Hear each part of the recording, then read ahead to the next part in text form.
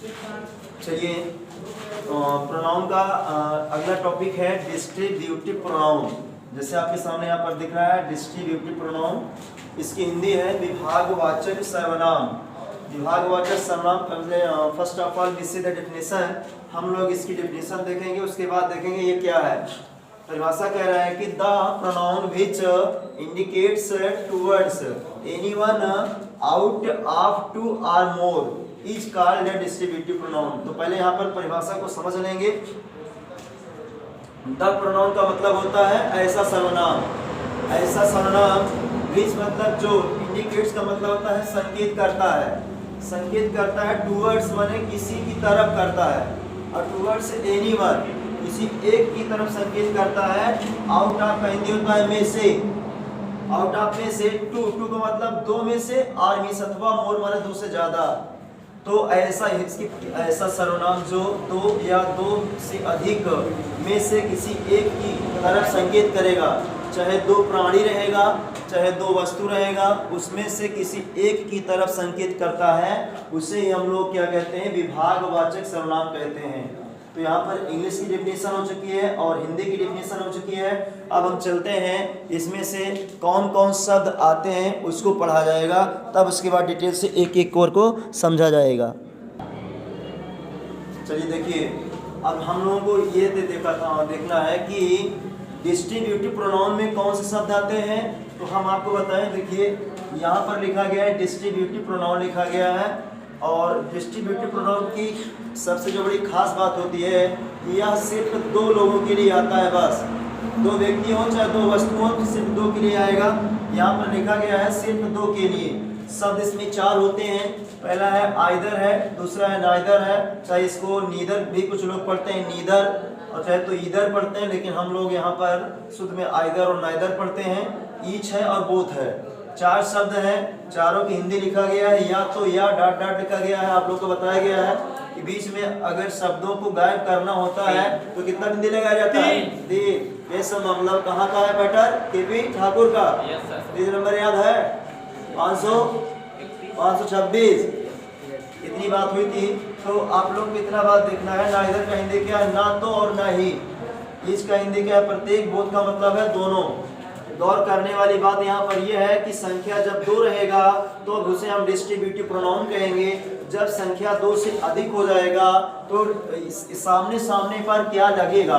तो जैसे संख्या 2 से अधिक रहेगा तो आइदर के स्थान पर एनीवन का प्रयोग होगा, और जब संख्या 2 से अधिक रहेगा तो नाइदर के स्थान पर क्या होगा, नन लगेगा। और जब संख्या वैसे यहाँ पर भी है 2 से अधिक रहेगा तो एवरी लगेगा। जब यहाँ पर संख्या 2 से अधिक रहेगा तो क्या लगेगा, एवरी लगेगा।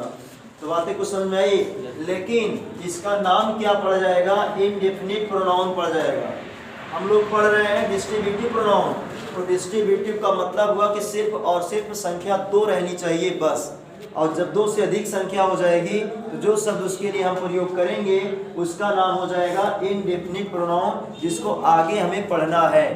तो अब देखेंगे, अब इसका ट्रांसलेशन देख लें। मेरे एक कान से कम सुनाई पड़ता है। अब यहाँ पर हमें संख्या नहीं पता है, संख्या पता है, संख्या नहीं दिया, इस वाक्य में संख्या नहीं दिया है, लेकिन हम लोग तो जानते हैं सामान्यतः मानव के पास कितना कान होता है, 2 होता है ना। सामान्यतः कान होते हैं। तो इसका मतलब है कि हमारा डिस्ट्रीब्यूटिव प्रोनाउन यहाँ पर एप्लीकेबल होगा, क्योंकि कान हमारे पास 2 ही होते हैं।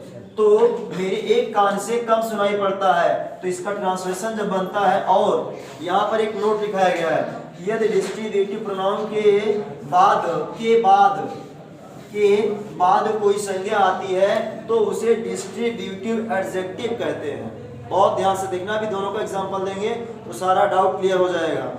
डिस्ट्रीब्यूटिव प्रोनाउन के बाद कोई अगर संज्ञा आती है, संज्ञा, तो उसे डिस्ट्रीब्यूटिव एडजेक्टिव कहा जाएगा। आगे चलते पड़ेगा एडजेक्टिव का। इसलिए हम पहली बात तो कोई एक, ये वाक्य मेरा बताइए सकारात्मक है कि नकारात्मक है, सकारात्मक है, तो सकारात्मक में आइदर का यूज होता है, नकारात्मक में नाइदर का।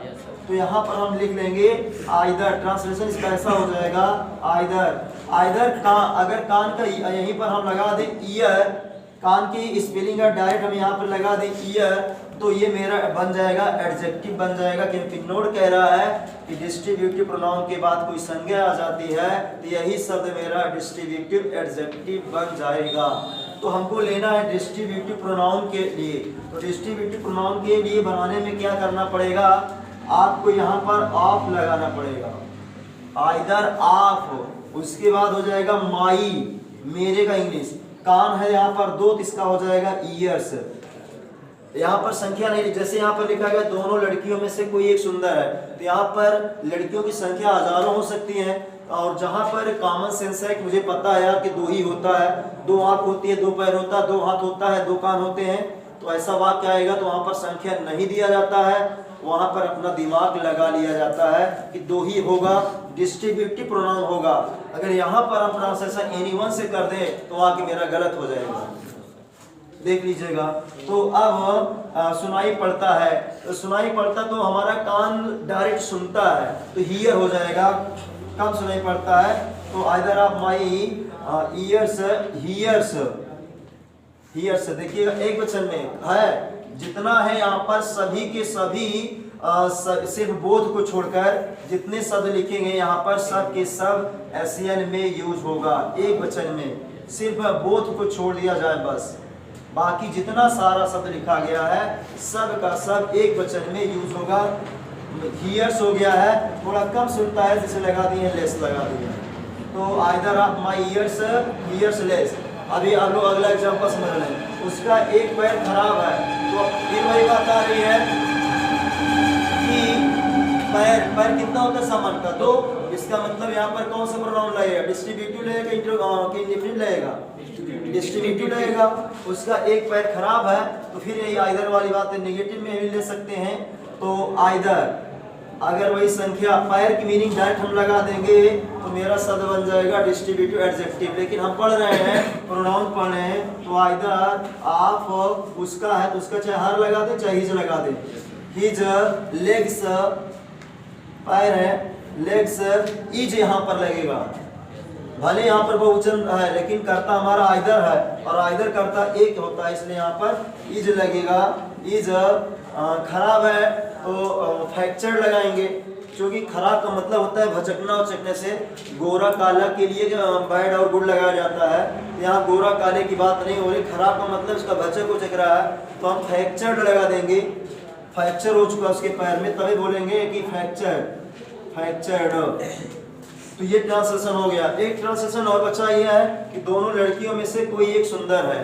अब यहाँ पर हालांकि सब चला दोनों लड़कियों में से कोई एक, जब ऐसा आएगा तो इस और यहाँ एक बात भी है कि 2 हैं लेकिन जो काम कर रहा एक ही है, यहाँ पर भी आइदर का एग्जांपल होगा,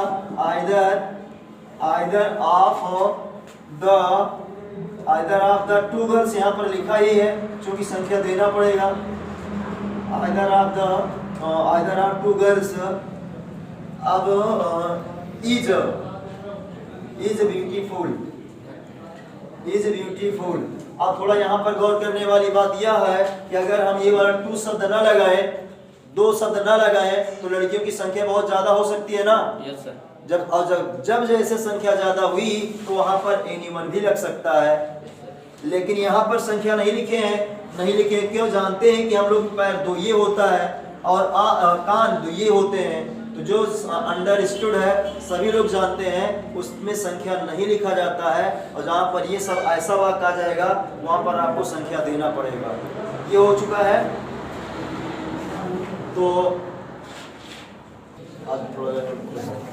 चलो देखिए ना, यहाँ पर लिखा गया उसके दोनों आंखें खराब हैं, तो उसकी दोनों आंखें खराब, इसका मतलब दोनों का मीनिंग है दोनों बोथ लगा है। अभी तक क्या था कि दोनों में से कोई एक खराब थी, अब क्या कि दोनों मीनिंग है बोथ। तो बोथ के बाद देखें, both of his eyes, both of his eyes. जब यहाँ सिर्फ दोनों के लिए यहाँ पर बहुवचन लगेगा are.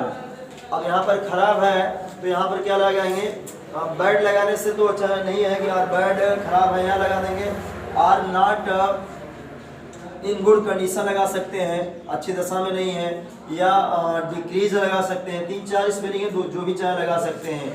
Both of his eyes are not working, not in good condition, अच्छी दशा में नहीं है, गुड कंडीशन। अगला वाक्य देख ले, दोनों अध्यापकों में से प्रत्येक अच्छा है। प्रत्येक मीनिंग यहाँ पर ईच लिखा है ना, तो यहाँ पर हो जाएगा each, each teacher, sorry each of the teachers, each of the two teachers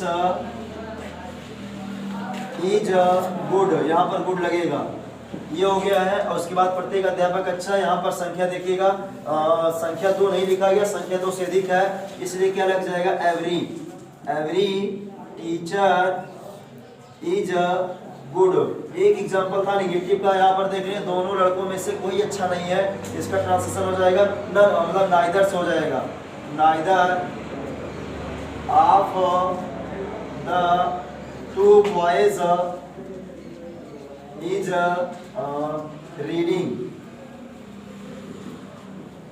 देख लीजिए यहाँ पर साफ साफ पूरा पूरा लिखा हुआ है, पूरे एग्जाम्पल हैं, आप लोग पूरे उसको देख सकते हैं। आपका इस प्रकार से पूरा का पूरा डिस्ट्रीब्यूटिव प्रोनाउन समाप्त हो गया है।